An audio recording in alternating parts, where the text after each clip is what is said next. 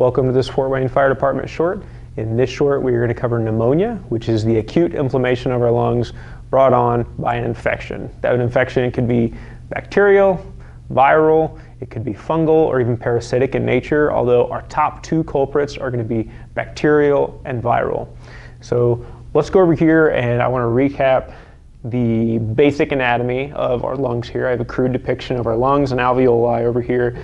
Up top we have our trachea, and that's going to bifurcate into our bronchus. And that bronchus is going to further branch as it's descending down to our pulmonary bases, and that is where you're going to find our alveoli, which is over here. I got kind of a magnifying glass situation so you can see a closer up picture of our alveoli.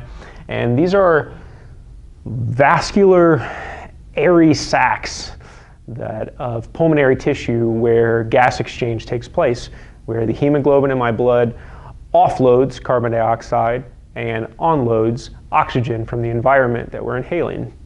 But in the circumstance of pneumonia, annotated by our green marker here in this space, we have some sort of fluid. And that fluid is going to physically cause a barrier that impedes gas exchange, either eliminating it entirely or greatly reducing the efficiency of that gas exchange. So how are these patients going to present? They are going to have shortness of breath first, so dyspnea. They will have potentially a fever, a high heart rate, a high respiratory rate. They could have an altered mental status, particularly with our elderly patients, although when we move towards the pediatric spectrum of our pneumonia patients, that might look more like irritability and an inconsolable infant. Also, we're going to have rales and rhonchi when we're listening to our lung sounds. It just really depends on the viscosity of the fluid in that alveolar space.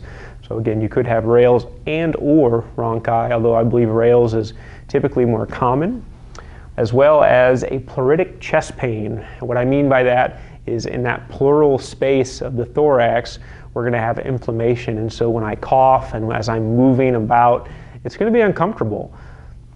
So what are we going to do for these patients? Well, let's go back to our ABCs.